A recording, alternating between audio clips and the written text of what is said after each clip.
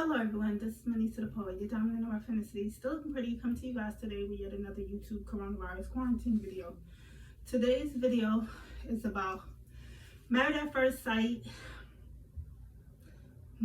Hello everyone, this is Manisa the Poet, your dominant in our fantasy. Still looking pretty, come to you guys today about Married at First Sight episode with Chris and Paige.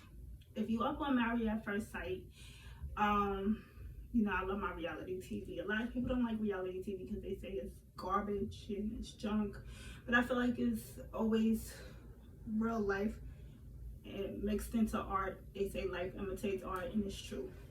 So at any rate, those of you who are caught up, Paige and Chris and Paige got married, and basically like second day of the honeymoon she found out that he had a baby on the way. And it was so sad because their wedding was beautiful, but he started off the wedding by telling her that he basically wasn't even attracted to her in that way. He told his family he was used to being with prettier women, and that hurt me as a female who basically has dated and lived my life as I expressed before. I forgot if it felt like I wasn't his type. I honestly just say, go the fuck on. Excuse my language.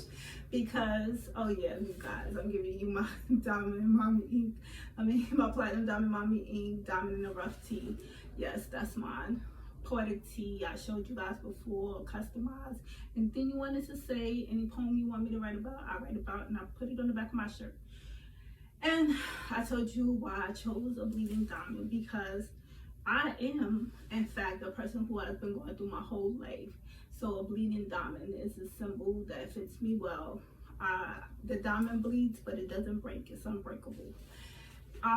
So back to Paige and Chris. Now, with Paige and Chris, she found out the second day that he was basically at the baby mother. The first day, he actually had the nerve to tell her that basically he had feelings for the old girl and that he was engaged to her 6 months before doing the show. So that concerned her. So to find out that he had the female pregnant was just the icing on the cake. At first I was kind of rooting for them. I rooted for Chris. I'm like, okay, I want to see it work out, because at the end of the day, they did something that was brave. They put a new spin on arranged marriages, and they're also helping people that's having issues finding love. Why not? I've seen some success stories come out of stories that look like they would never make it on the show, but unfortunately, he asked for a divorce, and I'm not gonna go past that. I think you guys need to watch. It's going on tonight, so I'm gonna be posting my YouTube today, so you guys can let me know in my next one. Like, comment, subscribe if you felt like you were Team Paige or Team Chris. Now, we can all be sympathetic for a person who says they didn't know something that happened prior to, even though it happened 6 weeks prior to the show. And once you still have fun with somebody, I guess the best thing to do is not to move on to the next person, because you're only going to drag the last person through the mud.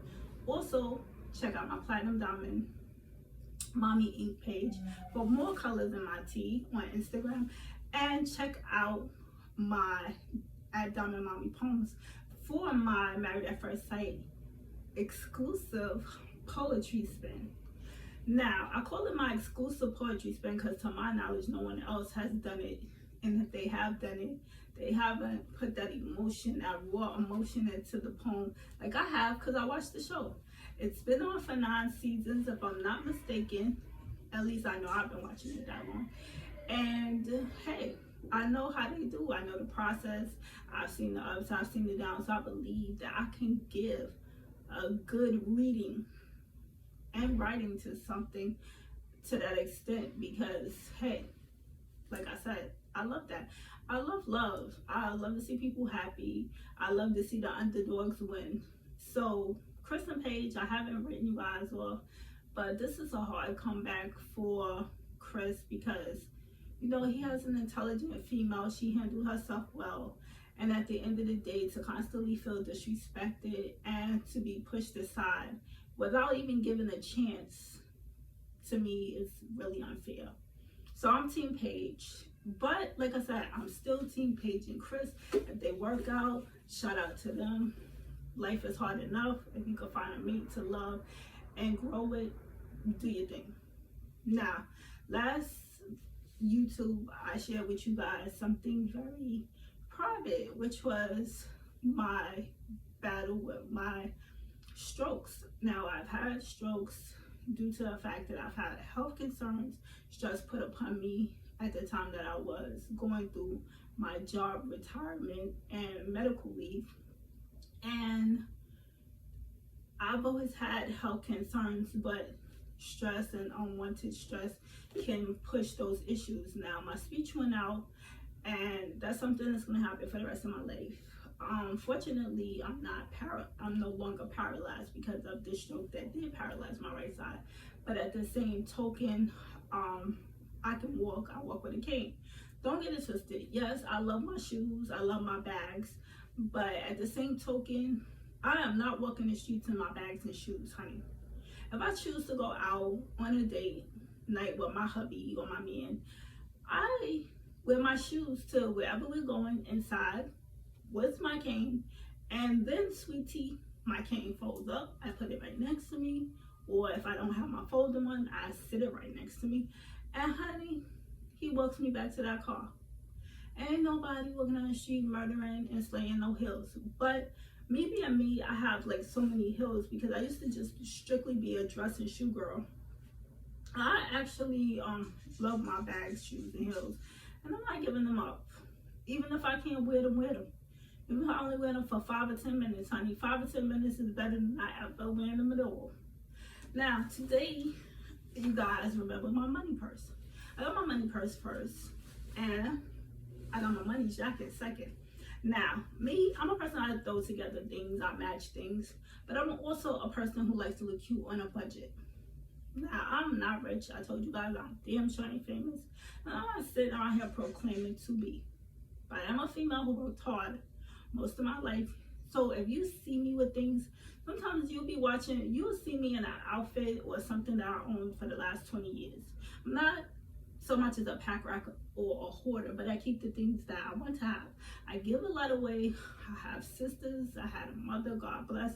We all were like kind of small framed, so it was easy to do something to that extent, and whatever we could do that with, you know, that's the beauty of sisters and mothers. Now, I don't really care to do that with anyone else. I haven't done that with anyone else, but I love to give to like women's shelters or Goodwill or somewhere where I know that it's going to be appreciated. Why? Because I've been in those shoes, and sometimes I'm still in those shoes.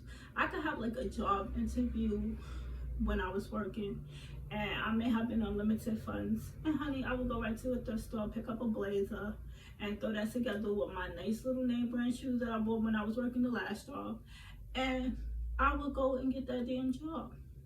Do not be afraid to shop on a budget, especially if you're a single mother or a mother, period. We have too many things that we have to do for us not to be slaying and looking cute after doing it. I don't let my condition stop me from being beautiful or feeling beautiful. When I say, Manisa, you're diamond in the rough in the city looking pretty, pretty is not always a state of what's on the outside, it's what's on the inside. I know whatever has happened to me in my life, my heart hasn't changed. My heart is still beautiful. And I teach my daughter, and I teach anyone that looks fade, beauty fades, that's all the same to whomever. But yeah, inner beauty shines. Who you are shines. Now don't get it twisted. I got my New York gritty. I can get on that if someone takes me there. But I can also be the sweetest and kindest person when I want to be. I will give you my last if you're hungry and in need. But at the end of the day, if you're mean to me and you're nasty, I just choose not to deal with you. In the past, I had a temper, honey. I could have used anger management because I really did not tolerate BS. And it wasn't like I was the type of person that would go out causing problems. Even to this day, I don't cause problems. Just don't bring them to me. And I'm good. Also, I'm I'm just too old for that. And also, I have my health to worry about. And also, I have my daughter to worry about and my family. I'm not going to put myself at risk for being arrested or going through shit because somebody's having a bad day and they want to take it out on me. I've always been a straight shooter. If you're having a bad day and you don't care for me and I don't know what it is, if it's the look that I have or whatever I did to offend you, please work it out. Because at this point in time, I'm trying to live. Corona's here. I have my own health concerns. And I'll be damned if I sit here and waste my life or what's left of it in jail or on somebody who is just taking out on me that they're miserable. Now, that's enough of my life lessons. I guess I added a little girl talk in there. But catch Married at First Sight tonight on Lifetime with Chris and Paige and all the other couples. There are some cute couples and there's some couples whose feathers are ruffled and there's things that basically they're going through. But nonetheless, it's some cute couples and it's not all about being cute, it's about being good for one another. Sorry guys, I don't know what that was in my face, but it was annoying me. Also, like I said, speaking of getting cute stuff on a budget, I have a little money jacket from Shein. Yes, this girl had it on Instagram and I was like, I'm gonna find that jacket, and I found it on Shein, so it wasn't that expensive. My little money bag, also not that expensive, which by the way, at the time that I got it, yes, it was a pretty penny. But me knowing how to shop on a budget, I did my thing. Also, lastly, I got my long boots, the ones that have the belt around it. Yes, I was fiending for those, and I found them too on a budget. I'm trying to figure out where I got my purse from. Poshmark. Where I got the boots on. Wish. And to be honest, I don't really do Wish boots, but these particular boots I was googling, and that's where I got them from. Because hey, they were on sale. They were the boots I wanted, and it was a good look. Now, I shop on all types of sites. I go to Marshalls. I go to Century 21. That was my spot when it was open in Manhattan. That was my first love of discounted designer stores. Throughout my college years, I went there, raising my son on a budget, keeping him looking good in his Tommy, his Guess, or whatever I wanted him to wear. That's where I went. If Jamaica Avenue or 149th had it in the Bronx for 50, I got it there for 15. Okay, and how is that possible? It's because they get the name brands discounted and they get it in bulk and they sell it, period. Now, at the end of the day, I don't discriminate against any place that sells things. You know, you may catch me in a designer sneaker one day, and you may catch me in my regular English schmeglers another day. Okay, when I was younger, I'm going to finish off by saying, my dad, he was teaching me and my sisters the value of money. So he basically told us to wear $10 sneakers off the table. And he bought them for us. And they would look like Reeboks or look like Adidas. And at that time, I didn't have money or a job to buy my own. So I guess the best thing he did for me was do that because he motivated me to get a job and get my own. He basically told me there's nothing that a man could do for you that you cannot do for yourself. I said, Dad, I want a pair of door knockers. I said, I don't ask for too much. Can I get a pair of door knockers? My father took me to McDonald's. Yeah, introduced me to his friend that was the manager. I started working that day, and that was my second job actually. But I wanted those door knockers. And honey, from door knockers to what you see here. I love clothing. That's the reason why I decided to design my own line. Now don't get it twisted. You will see the bleeding diamond, and I'm not, taking anyone's design. The bleeding diamond is really a standard design that is used. But the thing that my bleeding diamond brings to the table is my name. The name of my book, Diamond in the Rough. The second thing it brings to the table is, like I told you guys, it's me, Manisa, the bleeding diamond, April born. And I will also say that my shirts are customized. At the end of the day, you can buy shirts from anywhere that look good on the front. They don't cost too much money or they cost a lot of money. The thing that I give to my customers that I value is a piece of me, my talent, my gift that God gave me in this world.